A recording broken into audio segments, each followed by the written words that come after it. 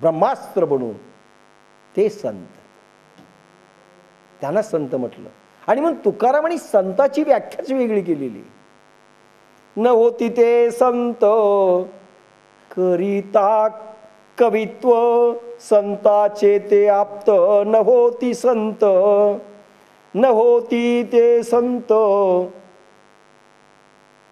धरिता आड नाव, निवडे घाव डाव व्हावांगी. न होती ते संत करिता कीर्तने, सांगता पुराणे. न होती संत, न होती ते संत माळा मुद्राच्या भूषणे, भस्म उधळणे. न होती संत, न होती ते संत केलिया तीर्थाटन, सेविलिया वन. न होती संत, 4 वर्ष वनात जाऊन राहिले संत. नो. तुका म्हणे नाही निरसला देह, तो वरी अवघे हे सांसारिक. तुका म्हणे नाही निरसला देह. आता त्यांनी जे देह सांगितले ना, 5 देह, पंचकोश, याच्यात पूर्ण ट्रान्सफॉर्मेशन झालं पाहिजे. पूर्ण ट्रान्सफॉर्मेशन, पूर्ण बदल.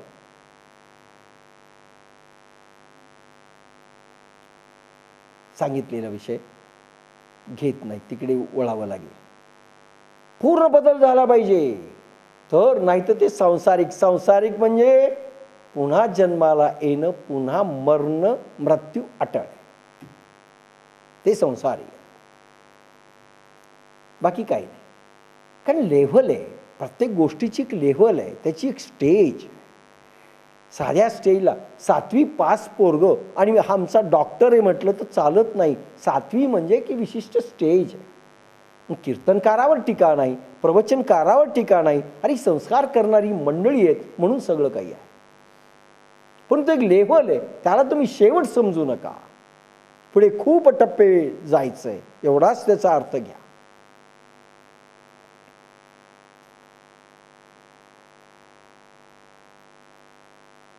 म्हणून जे घेण्यास योग्य नाही ते घेण्याची इच्छा कशी करावी.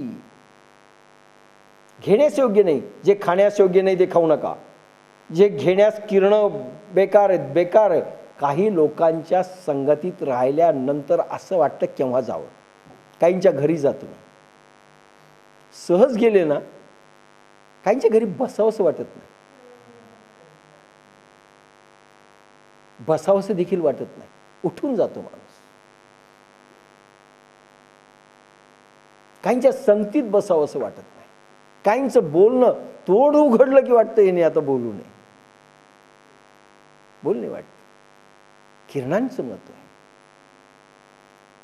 आणि काहींचं असं आकर्षण असतं की त्याच्या सहवासात जावं, त्याला खूप बोलावं, त्याच्याशी हस्तोल्लंघन करावं, त्याचं स्मित हास्य आपल्या नजरेस कसं पडेल हे पाहावं असं वाटतं. हे किरणांचं महत्व आहे. त्या किरणांच्या महत्वाच्या दृष्टीनं शूद्र आणि सगळ्या जाती लक्षात घ्या.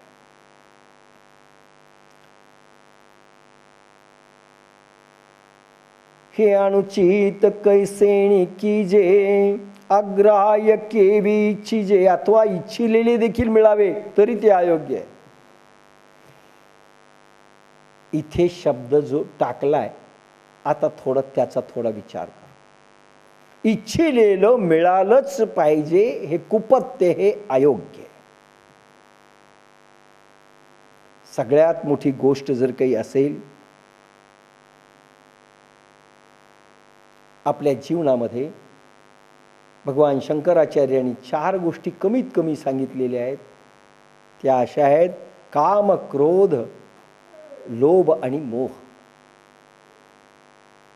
काम, क्रोध, लोभ आणि मोह. आणि या तिन्हीचा एकच जर कोण मेन आहे, बॉस,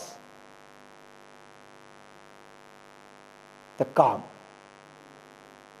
म्हणून पहिल्यांदा खरा विचार करायचा असेल तर कामाचा. शब्द काय आलाय? इच्छिलेले देखील मिळावे अशी इच्छा करणं अयोग्य. काम. कामामध्ये देखील दोन प्रकार. इच्छा करणे, वासना करणे हा एक भाग झाला. आणि दुसरा जो भाग आहे म्हणजे इच्छा, वासना, संकल्प की ज्याच्यामुळं कर्म प्रगट होतं. इच्छा केल्यानंतर कर्म करणं एक भाग. आणि दुसरा जो भाग आहे तो आहे काम वासनेचा, सेक्सचा. हे दोन भाग आहेत त्याचे. दोन्हीलाही शब्द एकच काम दिलेला आहे. फार डिटेल आहे. थोडासाच भाग आपण पाहू, पण ज्यावेळेस पुन्हा काम शब्द येईल त्यावेळेस अजून थोडंसं जाता आलं तर आपण निश्चित जाऊ. पण ह्या ठिकाणी इच्छा शब्द आलेला आहे की इच्छिलेलं मला मिळालंच पाहिजे. हा जो अट्टास आहे ना, हा ह्या मार्गातील अडथळा आहे. परमार्थिक मार्गातील अडथळा आहे. आणि मग तुम्ही म्हणाला मी इच्छा करायची की नाही. अहो, इच्छा केली म्हणून डॉक्टर झालो, इच्छा केली म्हणून हे सगळं झालो आहे की नाही.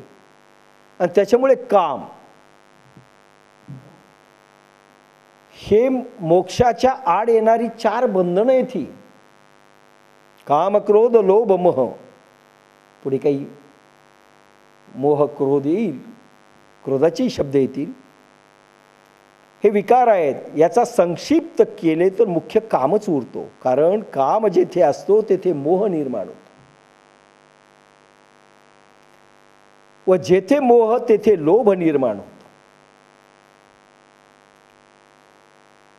काम म्हणजे इच्छा निर्माण झाली, मला धन पाहिजे, मला धन हवंय. इच्छा झाली, मला घर हवंय. घर हवंय म्हणजे घराचा आता मोह झाला, आकर्षण निर्माण झालं. मोह निर्माण होतो व जेथे मोह तेथे लोभ निर्माण होतो. पाहिजेच. पाहू आता याच्यातले बारकावे. व ह्यामध्ये कोणी बाधा जर बनले तर क्रोध जन्म घेतो.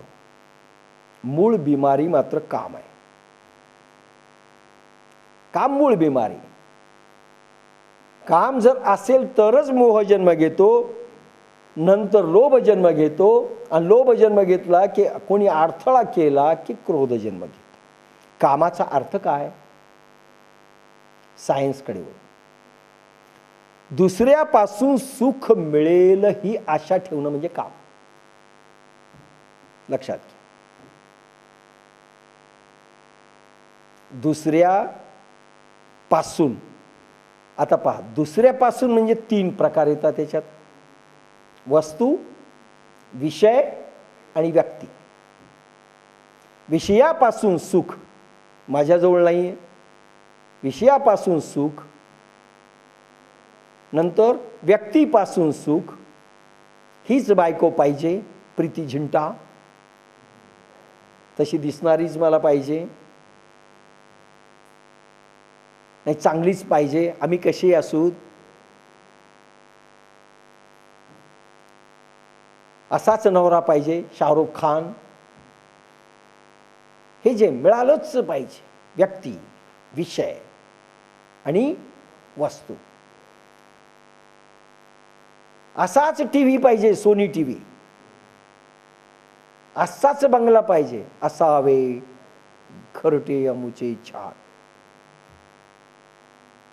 पुढे असावा बाग बगीचा. असं सगळं एक स्वप्न आहे, आकांक्षा आहे. दुसऱ्यापासून सुख मिळेल ही आशा ठेवणं याला काम म्हणतात. दोन, माझे सुख बाहेरच आहे असं स्वतः जाणणं, मानणं. मला ही वस्तू सुख करेल, ही व्यक्ती सुख देईल म्हणून हे बायको तू सुख दे, हे घरा तू सुख दे, हे कॅमेरा तू सुख दे, हे कीर्ती तू सुख दे, हे संपत्ती धन तू सुख दे. त्याच्या मागे धावतोय. का? बाह्य सुखाकडे धाव. कारण माझं सुख बाहेर आहे, बाहेरच्या वस्तूवर आहे, बाहेरच्या व्यक्तीवर आहे आणि बाहेरच्या विषयावर अवलंबून आहे. ध्यानाचा अर्थ, ध्यानाला हे मारक आहे. इच्छा करणं ध्यानाला का मारक आहे? कारण माझे सुख आत आहे, हे ध्यानाचा अर्थ आहे. एक दुसऱ्याच्या विरुद्ध कसं आहे? ध्यानाचा अर्थ मला आत सुख मिळणार आहे, आणि कामाचा अर्थ मला बाहेर सुख मिळणार आहे. एकदम विरुद्ध. कामाचा अर्थ माझे सुख बाहेर आहे, दुसऱ्यात आहे, तो देईल तर मला मिळेल. म्हणून बायकोचे नवऱ्याचे भांडणं का असते? त्याचं पहिलं कारण, माझ्या बापाला, आई वडिलांना, सर्वांना सोडून मी इथे आले की तुमच्याकडून मला सुख मिळेल. तो म्हणतो माझ्या बापानी तुला इथे आणलं मला सुख मिळेल म्हणून. सुख दुसऱ्यावर अवलंबून आहे म्हणून भांडणं आहेत. मी एकटा असेल तर सुख मिळू शकत नाही अशी भावना झालेली आहे प्रत्येकाची. एकटा असेल तर दुःखच वाट्याला आहे, दुसऱ्याच्या संगतीत सुख आहे असं वाटतं. म्हणजे कामाची उपजनी निर्मिती का होते? म्हणून साधक साधनेला एकटा नको म्हणतो. पण तुकाराम म्हणतात, ठाईच बैसोणी करा एक चित्त, आवडे अनंत आळवावा.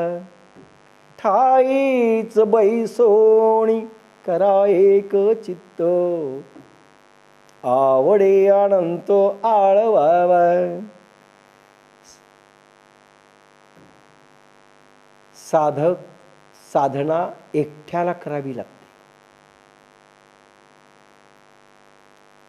एकटे पडलोत मग आपण सामूहिक का करतो? एके दिवशी एक दुसऱ्याची ऊर्जा गती देते साधनेमधल्या साधकाला म्हणून करायची. पण खरी साधना एकटे. म्हणून साधक साधनेला एकटा नको म्हणतो. एकटे पडलोत की बेचैन होतो. तुम्ही एकटे राहा बरं घरात,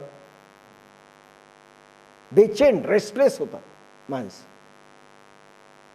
एकच वर्तमानपत्र 4-4दा वाचतात, पुन्हा कालचं काढतात, परवाचं काढतात, कुठली चिटोरी दिसली ती वाचत बस. काय करावं काय? शेवटी निघतात तर तर तर तर बाहेर कोणाच्या तरी जाऊन त्याला बोर करतात. कारण एकटा पडलोय ना. एकटे पडलोत की बेचैनी होते, बेचैनी घेरते. काहीही वाचतो, रेडिओ टी व्ही पाहतो, हॉटेलमध्ये जातो, पत्ते खेळतो, क्लबमध्ये जातो, रमी रमतो. दुसऱ्याकडून केव्हाही सुख मिळाले नाही, कधीही मिळणार नाही, हे प्रिन्सिपल. ज्या बायकोकडून सुख मिळावं अशी इच्छा आहे, दोघाही नवरा बायकोला 40 वर्षानंतर विचारा, सुखी झाले? वटसावित्रीचा दिवस सोडला तर ती कधीही म्हणत नाही की हा नवरा मला पुन्हा मिळावा. आणि वटसावित्रीच्या दिवशी म्हणतेच हे खरं नाही. आता उलट बोलते की 7 जन्मात काय पुन्हा नकोच तोंड पाहणं. कुठलीही बायको 40 वर्षानंतर म्हणते नवऱ्याला तुमचं माझ्यावर प्रेम नाही, आणि नवराही म्हणतो ज्यावेळेस की तुझंच माझ्यावर प्रेम नाही, मायक्रोस्कोप घेऊन ज्यावेळेस प्रेम तपासावं लागतं 40 वर्षानंतर, हे सुखी आहेत का? आणि याने एक दुसऱ्याला सुखी ठेवलंय का?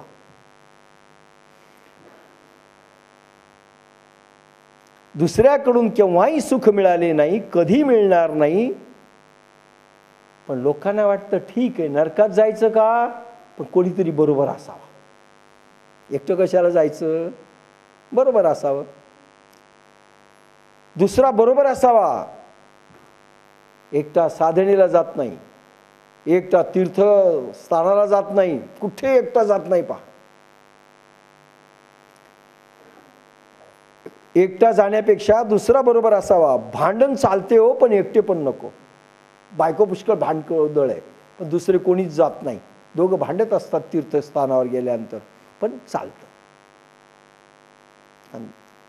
भांडण झालं तरी हरकत नाही, पण दोघं जण पाहिजे. एकटे असण्यापेक्षा तुम्हाला वाटेल दुश्मनाबरोबर राहणे चांगले. शिव्या, भांडण काही होऊ द्या चालेल, पण एकटेपणा नको. कारण मढ्यासारखं जीवन जगायचं एकटेपणा म्हणजे मौन कठीणच आहे ना. महावीरांनी म्हटलंय 48 मिनिट परमशून्यात तुम्ही जर कंटिन्युअस राहिले की संपले, म्हणजे तुम्ही पारंगत झाले. 48 मिनिट, 1 तासही म्हटलेलं नाही, पण परमशून्य थोडाफार विषय झालेला आहे आपला, पुन्हा कधी होईल. समाधी हा विषय सांगेल त्यावेळी. कोणी फारसं बोललेलं नाही समाधीवर. महाशून्य, महाशून्यात 48 मिनिट जरी तुम्ही कंटिन्युअस राहिले तरी फार पारंगत झाले. त्यांनी 12 वर्षही सांगितले नाही, पण हे करण्याकरता 12 वर्ष लागणार आहेत. 48 मिनिट कंटिन्युअस महाशून्यात राहायला त्यांना 12 वर्ष लागली असती. पण आताचा काळ इतका चांगला आहे, महावीरापेक्षा आपण फार लवकर जाऊ शकतो. इतका छान काळ कधी आला नव्हता. तुम्हाला माहिती आहे की ज्या ज्या वेळेस तुम्ही ज्या ज्या मंदिरात गेले तिथले अनुभव तुम्ही पाहतायत, साधनेचे सध्याचे अनुभव पाहतायत. अरे माझ्या लहानपणी जे अनुभव आता जे जोरात येतात तितके अनुभव माझ्या लहानपणी नव्हते. ही दैवी शक्ती इतकी उसळलेली आहे. महावीरांपेक्षा, बुद्धांपेक्षा, ज्ञानेशांपेक्षा आम्ही लक्की आहोत, हे खरं आहे. पण मूर्ख आहोत, तेही खरं आहे. घेऊ शकणार नाहीत फायदे, हेही खरं आहे.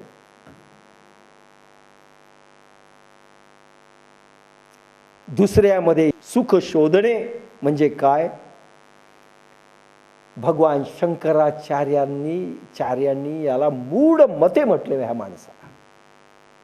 भज गोविंदम भज गोविंदम भज गोविंदम मूढ मते.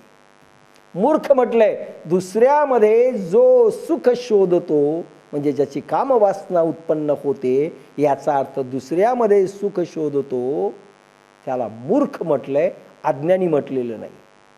मूर्ख आणि अज्ञानीमध्ये फरक आहे. अज्ञानी म्हणजे